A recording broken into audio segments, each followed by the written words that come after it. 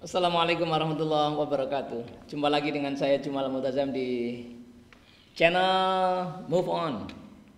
Sahabat-sahabat, kali ini saya akan sharing tentang new normal. Apa sih new normal itu dan apa yang harus kita sikapi atau harus kita lakukan menghadapi era new normal ini.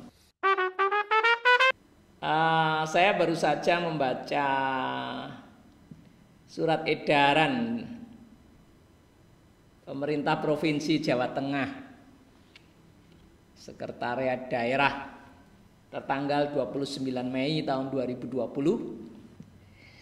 yaitu tentang surat edaran nomor 965/1332 tentang pencegahan dan pengendalian COVID-19 dalam pelaksanaan tugas di lingkungan pemerintah Provinsi Jawa Tengah pada masa tatanan normal baru. Dan surat edaran ini ada dasarnya 4, tapi saya bacakan satu saja. Salah satunya adalah dasarnya surat edaran Menteri Pendayagunaan Aparatur Negara dan Reformasi Birokrasi Republik Indonesia nomor 58 tahun 2020 tentang sistem kerja pegawai aparatur sipil negara dalam tatanan normal baru. Saya tidak ingin lebih jauh tentang SK formalitas ini, enggak. Saya hanya ingin bercerita bahwa tatanan normal baru atau yang sering orang sebut new normal ini secara formal sudah disampaikan oleh pemerintah, baik pemerintah pusat maupun pemerintah daerah atau provinsi. Intinya kalau di pemerintah provinsi, ini saya bacakan intinya aja. Intinya adalah ada 2 cara kerja. Orang itu bisa bekerja dari rumah yang sering disebut work from home, dan akan juga bekerja di tempat kerja atau work from the office, WFH maupun WFO. Saya ingin bahas tentang apa itu new normal, yang bisa terkait bisa tidak terkait dengan surat edaran ini. Surat edaran ini saya tunjukkan bahwa hanya untuk menunjukkan kepada saudara bahwa pemerintah ini sudah menyampaikan petunjuknya secara formal. Artinya kehidupan kita tentang new normal ini harus segera kita sikapi. Itu yang ingin saya sampaikan, mengapa saya tadi menyampaikan tentang surat edaran ya. Saya tidak ingin menyentuh kontennya dari surat edaran ini, tapi surat edaran ini saya sampaikan kepada saudara. Saya hanya ingin menunjukkan bahwa new normal ini tidak hanya isu. Artinya suasana, situasi new normal ini harus segera kita sikapi. Sekarang saya akan bahas new normal untuk yang saya kumpulkan dari berbagai informasi yang sudah saya kolek sebelumnya. Ya. Karena saya akan membahas new normal dalam 3 dimensi, meskipun sedikit-sedikit mungkin nanti kalau diperlukan saya akan buatkan video lagi detailnya, kalau memang diperlukan. Ya. Apa 3 dimensi itu? New normal di dalam tatanan sosial atau social culture dan mungkin spiritual juga. Kemudian new normal di dalam tatanan bisnis, di dalam bisnis dan ekonomi, dan new normal di dalam education. Ya. Ketiga-tiganya saya sudah kumpulkan bahan, mungkin akan saya rangkum saja, tidak saya sebutkan satu persatu. Lalu apa sahabat-sahabat new normal itu sendiri? Ya. New normal itu, new itu ya baru, normal itu ya normal itu ya kebiasaan. Hal-hal yang sudah normal, sudah sehari-hari kita lakukan. Terkait dengan pandemi ini banyak sekali new normal. Kebiasaan-kebiasaan baru yang sudah kita biasa lakukan. Saya langsung kaitkan dengan kebiasaan sosial atau social culture, budaya baru yang menjadi normal. Apa itu? Orang pakai masker sekarang sudah normal. Bayangkan 4-5 bulan yang lalu, di bulan Februari, Januari, Februari, orang pakai masker itu dikira orang aneh gitu ya. Kenapa ya dia sedang flu berat. Sekarang semua orang pakai masker. Kalau nggak pakai masker, bahkan saat tadi baru beli bensin, ada tulisan, mohon maaf, saya hanya melayani, kami hanya melayani pembeli bensin yang pakai masker loh. Di mana-mana orang pakai masker, ini normal, tapi baru new, ini baru terjadi baru-baru saja. Dan menjadi tidak aneh, justru yang tidak pakai masker jadi aneh sekarang ini. Saya itu kalau lupa nggak bawa masker itu takut keluar. Nanti kalau sampai, ya ini ketakutan saya sendiri, saya nggak ngerti kejadiannya seperti apa. Kalau sampai nanti ketangkap petugas terus disuruh push up, terus viral kan gak enak banget toh. Viral yang jelek itu kan gak enak, viral yang bagus sih oke. New normal saudara, social culture. Bersih-bersih tangan, kebersihan di rumah, ya kebiasaan baru yang jauh lebih bersih. Dulu ajaran Nabi itu kan kalau mau makan harus cuci tangan. Kita rasanya kalau tangan sudah bersih, ngapain juga ya, nggak usah ya, tangan saya sudah bersih gitu. Padahal itu ajaran agama, sering tidak dilakukan. Sekarang cuci tangan itu biasa, new normal saudara. Pulang cuci tangan, cuci kaki, sekarang itu kebiasaan. Kebiasaan baru. Kebiasaan itu normal, baru itu new. Itulah new normal di dalam social culture. Ngaji sekarang spiritual, social culture tetapi yang masuk spiritual. Dulu ngaji lewat Zoom, lewat video conference, itu hampir nggak ada lah. Kalau YouTube oke lah ya, YouTube ada.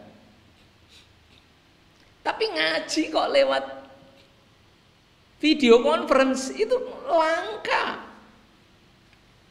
Langka saudara. Sekarang ngaji itu pakai Zoom, pakai Webex, pakai apa yang Telkomsel itu, CloudX ya yang keluaran Telkomsel, pakai Microsoft Teams. Biasa sekarang ustadz itu ngaji di video conference itu biasa. Kebiasaan baru. New social culture. New normal saja. Nah, kebiasaan baru ini tidak akan hilang. Bahkan ketika nanti pandemi itu sirna. Karena teknologi yang memudahkan ini sudah bersama-sama dengan kita. So, yang ketinggalan segera masuk. Ngaji lewat Zoom itu biasa. Yang masih belum terbiasa pakai masker, ini jangan dianggap beban.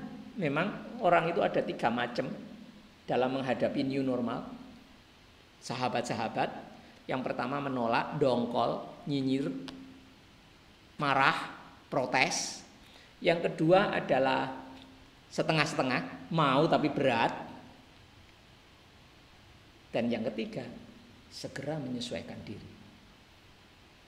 Dan yang bisa bertahan adalah orang-orang yang bisa exist, yang bisa memimpin perubahan adalah orang-orang yang segera mengadopsi new normal.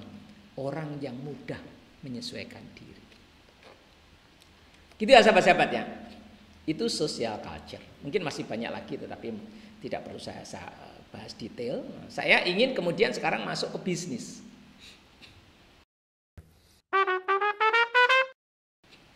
Apa new normal dalam bisnis? Sahabat-sahabat, orang rapat pakai video conference tadi ngaji. Sekarang rapat, meeting pakai video conference sudah lazim di mana-mana lah. Kalau Anda masih ketinggalan, berharap pandemi segera berakhir. No way. Anda akan tergilas. bekerja dari rumah dan tetap produktif. Ini new normal. Karena dulu tidak biasa bekerja itu harus kumpul dalam satu ruangan. Saudara-saudara, sekarang tidak lagi, saudara. Yang namanya kolaborasi. Sekarang itu antar kota, antar pulau, bahkan antar negara. Sebuah produk setengah jadi dibuat di negara lain, di sini di finishing. It is new normal. It is usual. Ya, menjadi biasa sekarang di sini. Dibuat di kota lain, di finishing di sini. Diproduksi di kota lain, dijual di sini, biasa. Yang namanya impor dari Cina, dari Amerika, dari Eropa ke Indonesia, hanya 2 gelintir, 3 gelintir, biasa. Bekerja sama antar negara, biasa. Ini new normal. Dulu tidak. Lupa, dulu sudah. Yes, dulu sudah, tapi masih kecil kapasitasnya atau penetrasinya masih sedikit. Sekarang sudah biasa. Emak-emak sekarang belanja pakai apa namanya? Belanja online biasa. Kalau dulu hanya anak-anak muda. So apa new normalnya apa? Semua orang sekarang sudah pakai online dalam bisnis. Jualan pakai online. Promosi pakai online. So kalau bisnis Anda masih berharap nunggu kapan pandemi selesai, no way. Anda akan terlindas. Tidak ada pilihan. Bahkan ketika pandemi ini berakhir, bisnis ini akan tetap terus begini. Tadi yang saya bilang soal surat edaran, pemerintah sudah memberikan petunjuk Provinsi Jawa Tengah bahwa kerja itu 2 macam. Kerja dari rumah yang bisa dikerjakan di rumah, dan kerja di kantor yang memang tidak bisa dikerjakan di rumah. Dengan protokol, tentu saja. New-nya adalah protokol untuk pencegahan COVID. Normalnya apa? Normalnya ini harus menjadi kebiasaan karena kita harus tetap produktif. Tidak menunggu nanti pandemi kapan, pandemi selesai kapan. Alhamdulillah wa syukurillah. Saya sempat berkecil hati ketika grafik kita naik begitu tinggi pada saat sebelum Lebaran. Puncaknya adalah persis beberapa hari sebelum Lebaran. Dan kalau saudara lihat sekarang ini tanggal 30 ya. Sekarang ini tanggal 30. Kalau saudara lihat posisi sekarang, turun lagi grafiknya, itu Indonesia. Dunia masih naik, saudara-saudara. Jumlah kasus ya saya bilang. Kalau jumlah kematian tergantung masing-masing negara bagaimana dia bisa menanganinya. Dari mana sumbernya? Dari Worldometer. Ya, Worldometer itu adalah salah satu institusi dunia yang mencatat statistik kejadian dan termasuk salah satunya corona. Dan ini cukup dipercaya karena banyak dipakai di kantor-kantor berita juga banyak menggunakan Worldometer. Nanti kalau Anda butuh videonya nanti saya bikinkan juga di video mendatang. Bagaimana menggunakan Worldometer atau melihat perkembangan dari data corona ya. New normal, saudara. Bisnis ya. Jadi ini akan terus begini sampai kapan? Banyak yang mengatakan mungkin sampai tahun ini. Sudah ada beberapa wacana sekolah akan masuk, bisa jadi studying from home itu hingga akhir tahun ini. Nah, semua tidak bisa menunggu. Anda tidak bisa menunggu sampai kapan.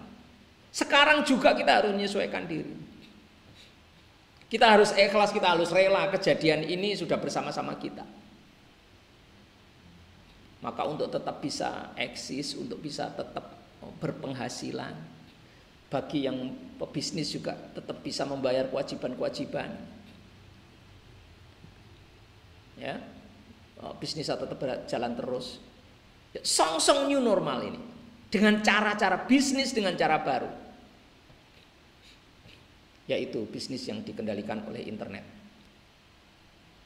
Sahabat-sahabat, saya ingin sampaikan bahwa sebenarnya bisnis cara ini itu sudah sebelum pandemi pun sudah ada.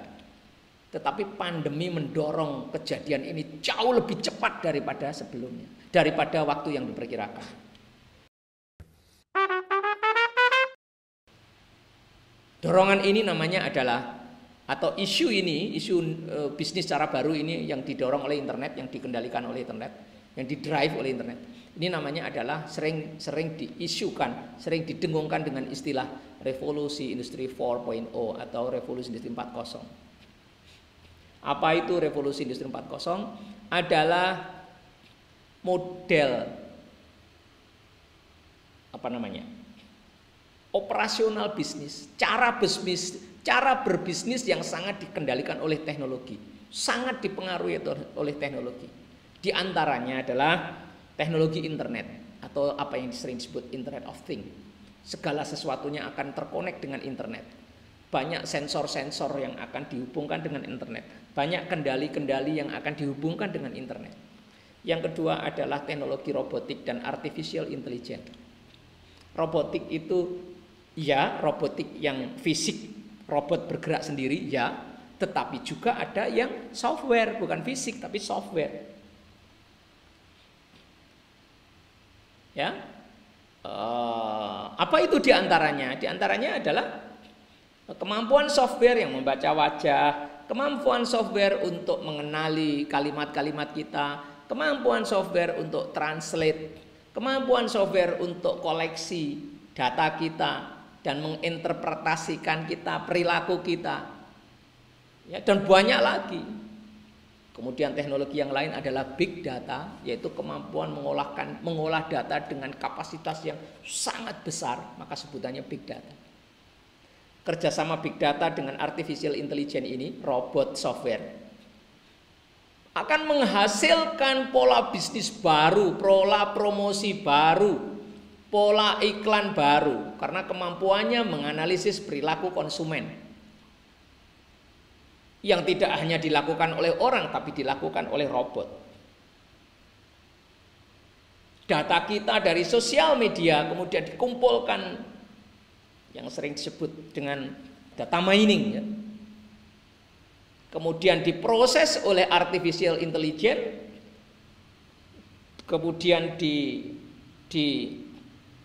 profile orang ini kesukaannya apa, langsung kalau Anda misalnya suka buka gambar kamera, maka kemanapun Anda pergi ke sosmed diikuti iklan kamera. Nah, itu adalah pekerjaan big data dan artificial intelligence. Kemudian kantor-kantor online atau yang sering disebut adalah cloud computing. Ya. Pekerjaan kantoran, menyimpan database, menghitung, menyimpulkan, semuanya itu bisa dilakukan secara online dan oleh orang lain. Kita tinggal nyewa saja. Ya, sehingga nantinya apa? Pekerjaan-pekerjaan clerical itu akan jauh berkurang. Karena apa? Karena diserahkan, di outsourcingkan secara online. Mendesain aja Anda bisa dititipkan ke orang. Tolong desainkan ini, begitu. Kalau dulu kan harus punya staff desainer. Enggak, kamu desainkan aja. Banyak pekerjaan yang bisa di-outsourcingkan secara online. Pekerjaan-pekerjaan kasar, ngelas, mekanik, semuanya nanti diganti robot. Nah, ini adalah masih ada beberapa tanda-tanda yang lain ya dari revolusi industri 4.0. Nah, ini sebenarnya akan berlangsung beberapa tahun kemudian, tetapi dengan COVID ini dipaksa jauh lebih cepat. Khususnya tentang komunikasi, kolaborasi, ya, telekomuter, bekerja jarak jauh maksudnya. Ini dipaksa oleh pandemi ini untuk berlangsung jauh lebih cepat. Sehingga new normalnya atau bisnis dengan cara baru yang bergantung dengan internet ini, sekarang ini saudara-saudara, Anda tidak bisa lari dari bisnis bersama internet. Siapapun yang masih merasa tidak bisa internet, segera bangun. Anda tidak perlu menjadi engineer internet. No, bukan. Tetapi kita menjadi pengguna. Kalau kita berbisnis ngerti caranya, nawarkan barang lewat WhatsApp itu tahu, nawarkan barang lewat Facebook itu tahu, bagaimana promosi lewat IG itu ngerti, bagaimana menggunakan Google, bagaimana menggunakan YouTube dan sosial media yang lain, ya. Bagaimana membuat promosi kita ini bisa di halaman pertama. Pak, saya buta. Ya ikut seminar, training, masuk ke dalam. Bagaimana caranya untuk ya keluarkan effort ya. Mau belajar, enggak bisa. Saudara tahu kan rambut saya ini sudah memutih. Usia saya sudah hampir 56 tahun. Tapi yang ngerti itu buktinya. Loh, Bapak kan memang di situ concernnya. Kakak saya lebih tua dari saya, Mbak Yu saya lebih tua dari saya. Kakak ipar saya lebih sepuh dari saya, hampir seibu saya. Bisa menggunakan WhatsApp. Ini bukan soal usia, ini adalah soal keyakinan dan percaya diri. Nah saudara, kalau nggak pede, nggak yakin, saya punya video, namanya adalah bagaimana cara mudah move on dan instan. Nah, cari di video saya. Ya, ada di menu ini, di buletan I itu yang ada tandanya I itu ya. Cara mudah move on dan instan. Itu bisa menghilangkan ketidakyakinan. Ya, kalau Anda masih nggak yakin dengan internet, Anda bisa meninggalkan internet. Ini new normal yang dipercepat. Sebetulnya sebelum pandemi saya tidak membayangkan. Saya dulu itu saudara-saudara, saya sudah 3 tahun menggunakan Zoom untuk video conference, untuk training saya itu sudah 3 tahun. Dan dulu saya sendirian, hampir nyaris sendirian. Belum banyak trainer menggunakan Zoom. Lalu sekarang semua trainer menggunakan video conference, bukan hanya Zoom, tapi saya bilang video conference. Semua trainer pakai video conference. Ini new normal. Ya, sekarang kita tidak bisa berjualan secara fisik, ya lewat online. New normal. This is new normal di dalam bisnis. So, kombinasikan bagaimana dengan kondisi jualan fisik dan jualan online, dan bobotnya harus lebih banyak di online. Anda tidak bisa nunggu, saya nunggu nantilah kalau pandemi berakhir. Sampai kapan? Sedangkan keluarga kita harus makan terus, kewajiban harus kita bayar. Oke, bisnis. Sekarang education. Ya, education juga begitu. New normal. Sekarang anak-anak sudah terbiasa belajar di rumah. Bisa jadi nanti kebutuhan ke sekolah itu akan berkurang. Kebutuhan sekolah akan berkurang, bukan berarti tidak butuh sama sekali. Karena praktek-praktek itu tetap harus dilakukan di sekolah. Praktek fisik. Ya, mentoring fisik itu tetap harus ada. Tetapi kebutuhan hadir di sekolah di dalam new normal itu pasti berkurang. Jangan dibayangkan nanti masuk sekolah terus totally seperti dulu sebelum pandemi. Enggak. Akan ada kombinasi antara belajar di rumah, studying from home, dan studying in the school. Akan ada kombinasi persis seperti arahannya provinsi tadi, Provinsi Jawa Tengah. Kerja di rumah dan kerja di kantor. Sama di dalam studying juga, dalam education juga begitu. Banyak sekali software-software education. Sebetulnya tadi dalam membahas tentang new normal dalam bisnis juga banyak software-software collaboration yang bisa Anda cari aja di internet, di Google atau di YouTube. Software-software untuk keperluan bisnis, kolaborasi jarak jauh. Sama di education juga banyak software-software untuk belajar jarak jauh, sangat banyak ya. Saya sebutkan beberapa saja, diantaranya adalah kalau kalau ketemu visual ya Ya, Anda bisa pakai Zoom, ngajar pakai Zoom, Anda bisa ngajar pakai Webex, Anda bisa mengajar pakai CloudX-nya Telkomsel, ya.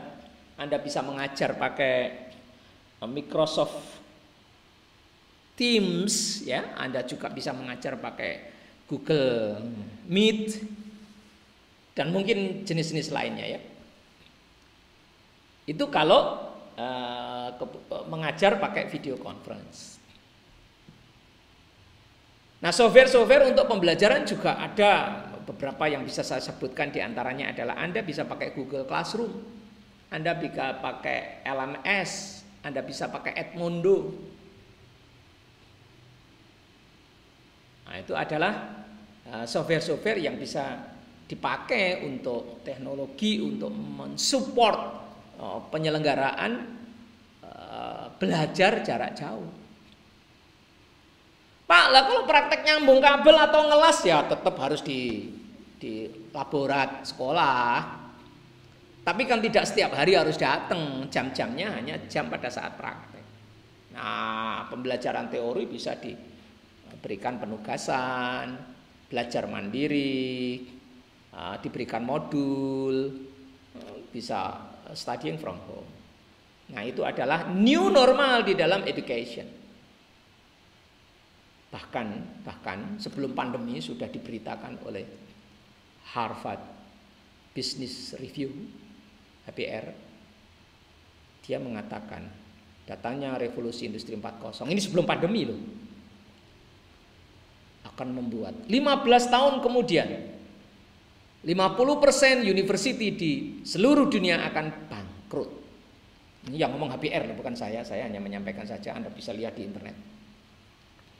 50% universitas di dunia akan bangkrut. Mengapa? Karena orang akan banyak belajar lewat internet. Dia tidak butuh datang ke universitas. Ya, banyak perusahaan-perusahaan nanti yang tidak membutuhkan ijazahmu S1 apa S2. Terutama pekerjaan-pekerjaan yang butuh skill praktis. Dia bertanya apa? Kamu bisa apa? Mana buktinya? Kamu punya portofolio? Apakah kamu punya sertifikat profesional? Nah, itu yang ditanyakan. Bukan berarti S1, S2 itu tidak ada. Bukan berarti, tetapi akan jauh berkurang. Karena level-level di S1, S2 itu adalah analytical, manajerial. Tetapi yang vokasional itu akan banyak nanti, yang sekarang sudah banyak di Indonesia, sudah banyak saudara-saudara. Perusahaan-perusahaan raksasa baru yang datang dari startup itu tanya kepada anak-anak, rekrutmen itu bukan ijazahmu apa, tapi kamu bisa apa, kamu masuk di entry level berapa. Bukan ijazah apa, tapi entry level berapa, itu berdasarkan portofolio dan sertifikat profesi. Ini new normal sebelum pandemi loh. Nah, pada masa pandemi ini semakin ditegaskan dan dipercepat. Saudara-saudara yang ada di dalam edukasi, semoga kita semua aware tentang kondisi seperti ini. Saya tambah beberapa satu hal lagi adalah tentang karakter dan soft skill, ya saudara. Nanti ke depan para perusahaan, para recruiter itu tidak hanya menanyakan kamu bisa apa, tetapi bagaimana karaktermu, bagaimana soft skillmu. Ada 4 soft skill yang sering disebut-sebut sebagai soft skill abad 21, yaitu 4C namanya: collaboration, communication, creative thinking, dan critical thinking dan creativity. Saya ulangi: collaboration, communication, creativity, dan critical thinking. 4 soft skill ini harus dimiliki oleh anak-anak sekarang. Wajib, kalau tidak ingin terlempar dari persaingan pekerjaan dan bisnis. Katanya Pak Nadiem di awal-awal beliau jadi menteri, Saya tidak yakin, begitu kata beliau. Saya tidak yakin nanti bisnis dan ekonomi akan menjadi seperti apa sekian puluh tahun kemudian. Tapi yang saya yakin adalah ada 6 soft skill yang harus dimiliki anak-anak sekarang supaya bisa tetap eksis di dalam persaingan yang sangat cepat berubah, begitu kata beliau. Kira-kira kurang lebih lah ya. 6 itu apa?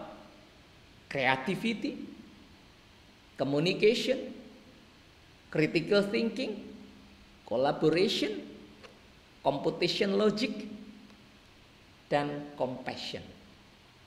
Ini Pak Nadiem, kalau saya tadi menyebutkan 4, Pak Nadiem tambah 2. Computation logic dan compassion. Computation logic adalah kemampuan berpikir logika komputer. Contohnya, promosi pakai WhatsApp. Nah, itu namanya logika komputer.